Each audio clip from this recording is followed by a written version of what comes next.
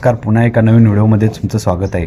बघा, या अगोदर मी एक व्हिडिओ बनवलेला होता. एका ताईचं चॅनलबद्दल मी तुम्हाला माहिती सांगितलेली होती, जे की त्या ताईचं जे चॅनल आहे त्या ठिकाणी मी माझ्या हाताने स्वतः त्या ठिकाणी मॉनिटायझेशनसाठी अप्लाय केलेलं होतं.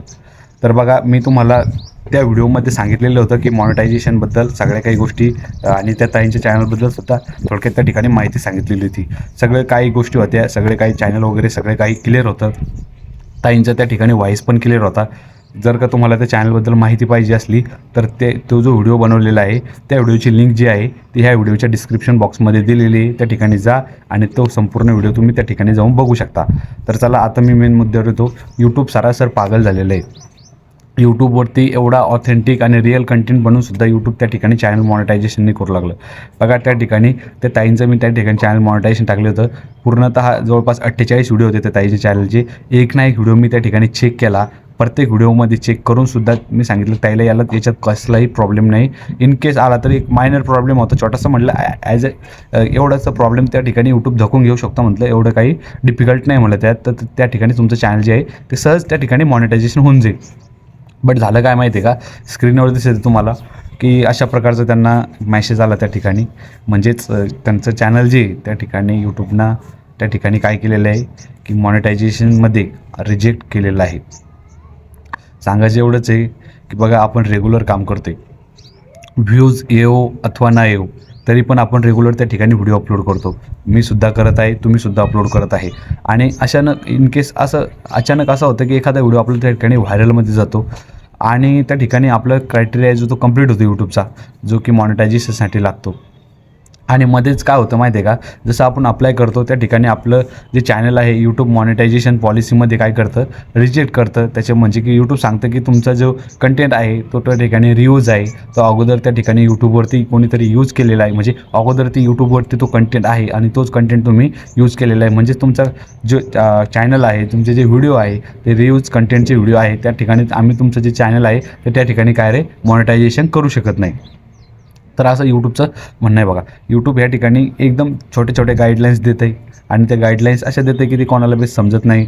एवढ्या स्ट्रिक्टली गाईडलाईन्स राहत्या आणि एवढं आपण खूप दिवसाचं काम करूनसुद्धा आपली मेहनत त्या ठिकाणी वाया जाते. निश्चितच कुठेतरी एक माणसाच्या मनामध्ये निराशा राहते.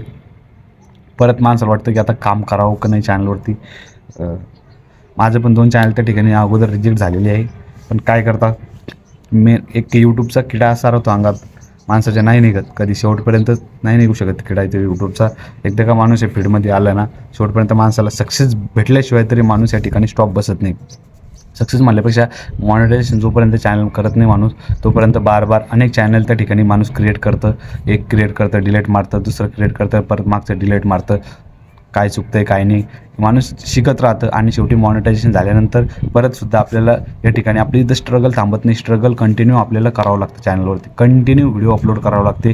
व्ह्यूज येवो अथवा ना येवो करावं लागते. काय माहिती आहे का, आता मी डेली व्हिडिओ अपलोड करत आहे. तुम्ही माझ्या चॅनलवरती बघू शकता. आता माझेसुद्धा जे व्ह्यूज आहे ते त्या ठिकाणी डाऊन झालेले आहे. बघा, डाऊन होण्याचं एकच कारण आहे, मी सुद्धा माझ्या व्हिडिओमध्ये काय करायला लागलो, चेंजेस नाही करायला लागलो. म्हणजे मी पण माझ्या व्हिडिओमध्ये डे बाय डे काय करायला पाहिजे, इम्प्रूव्हमेंट करायला पाहिजे. तशी चूक तुम्हीसुद्धा करू नका. मी जी सध्या चूक करत आहे त्यामुळेच माझं जे चॅनल आहे ते पूर्णतः डाऊनमध्ये चाललेलं गेलेलं आहे. त्यामुळं बघा, डे बाय डे तर व्हिडिओ टाकणं तेवढंच इम्पॉर्टंट आहे जेवढं की तुम्हाला चॅनलमध्ये चेंजेस करणं इम्पॉर्टंट आहे. म्हणल्यापेक्षा आज व्हिडिओ टाकत आहे, बट आज जो व्हिडिओ टाकला आहे आणि उद्या जो टाकणार आहे, ह्या दोन्ही व्हिडिओमध्ये काय रे डिफरन्स असला पाहिजे. म्हणजे आजच्या व्हिडिओपेक्षा उद्याचा व्हिडिओ हा चांगला असला पाहिजे. म्हणजे आजच्या व्हिडिओमध्ये काय चुका झाली हे आपल्याला उद्या टाकायच्या व्हिडिओमध्ये त्या चुका करायच्या नाही. तर अशा बारीक बारीक गोष्टी असतात, त्या तुम्हाला या ठिकाणी पालन करणं आहे. आणि मी पण त्या नियमाचं पालन करणार आहे.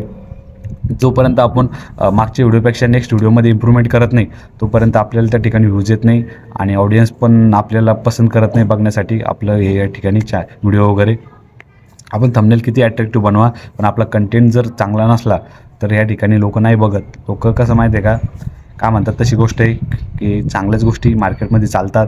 त्यामुळे आपल्याला पण एक कंटेंट क्रिएटर आहे आपण, तर त्यामुळे आपल्या पण हे आपलं पण कर्तव्य आहे की आपल्याला बी त्या ठिकाणी चांगलं कंटेंट करून त्या ठिकाणी ऑडियन्सला प्रोव्हाइड करणं आपलं कर्तव्य आहे. आजचा व्हिडिओ एवढाच होता.